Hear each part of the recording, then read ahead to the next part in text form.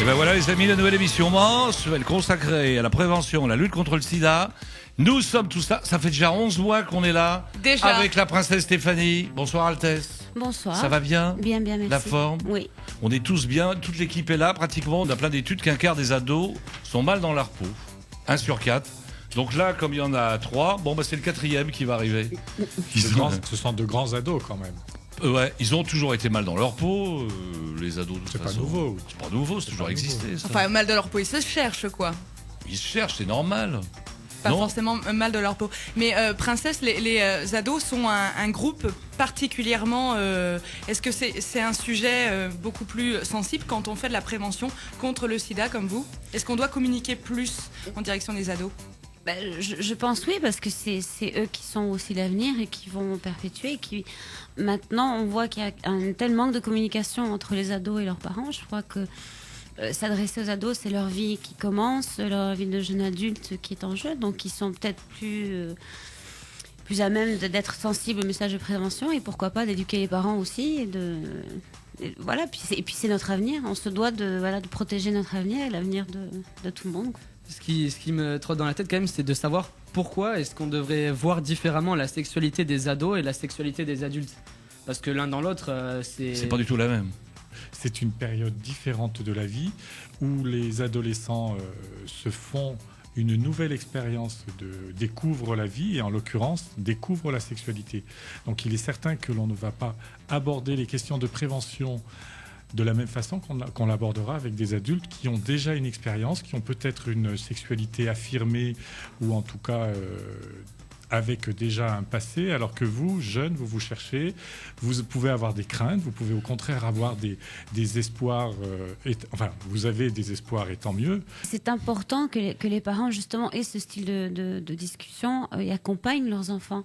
Je pense trop de parents, justement, ils se disent ouais, ils se débrouillent tout seuls, j'ai pas besoin de m'en occuper. Au contraire, je crois que l'adolescence c'est le moment le plus important pour que les parents justement soient proches de leurs enfants et les accompagnent dans l'apprentissage et puis pour qu'ils soient prêts dans leur vie d'adulte.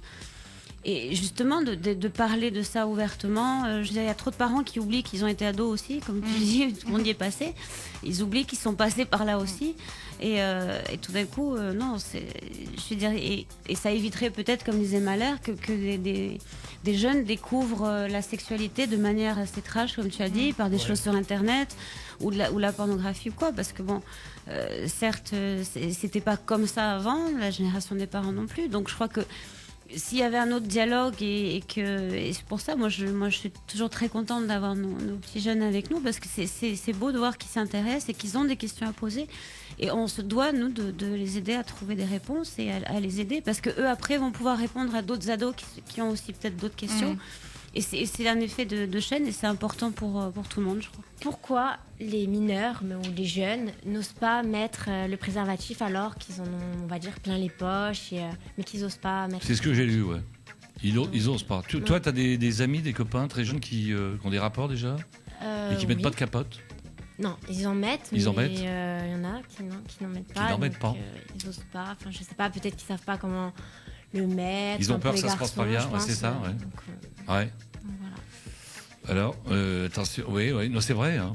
Mais je crois que c'est la même peur. Alors, elle est certainement plus importante que celle de l'adulte, mais c'est la même peur de parler du préservatif. Alors, les jeunes, ils ont peut-être moins conscience ou ils se sentent moins en danger par rapport au VIH, mais comme tu le disais, peut-être de ne pas savoir le mettre, certainement. Les mineurs, peut-être, ne savent pas le mettre, mais je crois que dans toute nouvelle relation, il faut se forcer un petit peu. C'est pas forcément facile. Il faut que ça reste un plaisir, Hervé. Il faut que ce soit un jeu, non? Bien entendu. Non, mais je Oui. disais se forcer, c'est de poser, de parler de la question du préservatif. Et c'est sûr que chez peut-être les jeunes, ça rajoute une peur supérieure aux premières fois. La fille qui, elle, va proposer le préservatif, on va en avoir dans son sac, va se faire traiter de fille facile. Ouais, si t'as le préservatif, c'est que tu te fais baiser par tout le monde, pour employer leurs mots. Voilà. Alors que c'est une fille responsable et qui peut-être veut essayer de faciliter la chose pour le garçon, d'elle prendre l'initiative de dire non, c'est avec préservatif ou sans rien. Mais bon.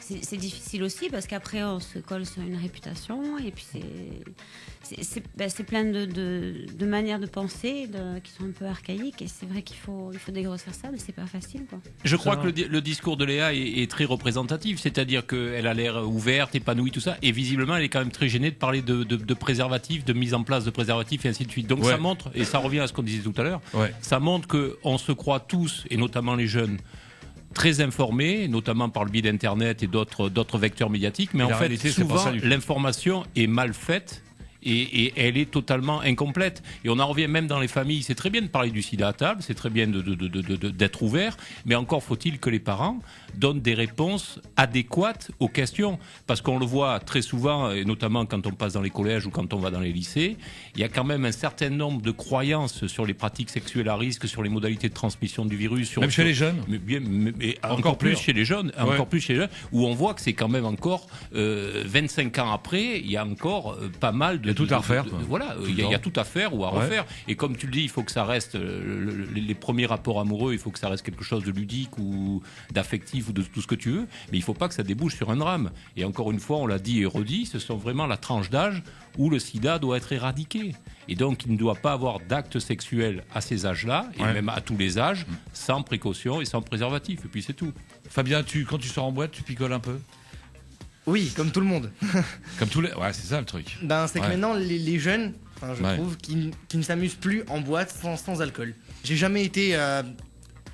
bleu, on va dire, à ce point-là, pour ne plus se souvenir d'une fille avec qui j'ai couché le lendemain. C'est-à-dire que même un petit peu alcoolisé, et ce qui peut arriver, tu te souvenais, tu étais maître de tes mouvements, de ce que tu devais faire, et tu n'as pas oublié de te protéger et de protéger. Je me suis toujours protégé. Pourquoi tu prends du mojito ? C'est plus facile pour communiquer avec les filles, pour les draguer ?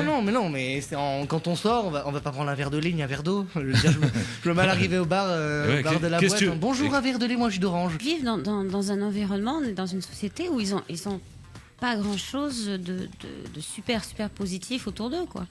Je veux dire ça va mal partout, on leur rabâche la tête partout, ils ont leur avenir. Il y a pas de boulot. Voilà leur avenir, c'est pas tout rose non plus ou bon, pour certains heureusement oui mais bon. Je veux dire après et puis ils ont grandi dans une société qui est devenue aseptisée au niveau de la communication. Tout le monde se parle derrière un écran. Il y a plus de rapport humain. Internet et le portable.